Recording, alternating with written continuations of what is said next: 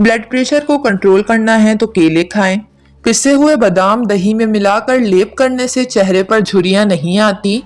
सुबह उठते ही एक आंख बंद करके घास और सब्ज रंग की शिमला मिर्च को देखें, नजर तेज हो जाएगी। अगर चेहरे पर जलने का निशान है तो माल्टे का रस लगाएं।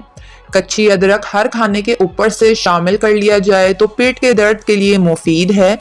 जो जैतून का तेल सर पर लगाए, इसके पास 40 दिन तक शैतान नहीं आता। कलौंजी का तेल 10 कतरे रोजाना दूध में डालकर पीने से थकन नहीं आती। हरी मिर्च जिस्म में खून को जमने नहीं देती, सांस की तकलीफ दूर करने में माउन साबित होती है। हरी मिर्च का इस्तेमाल ज़रूर करें।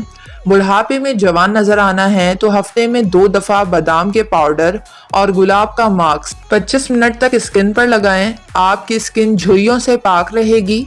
चने वज़न में कमी करने वाली खुराक के लिए मौजू हैं। वज़न में कमी चाहते हैं तो शाम के वक्त चने इस्तेमाल करें। अगर खाने के दौरान या जूस पीते हुए नींबू के बीज मुंह में आ जाएं तो इसे फेंकने के बजाय अच्छी तरह चबा कर खा लेना चाहिए।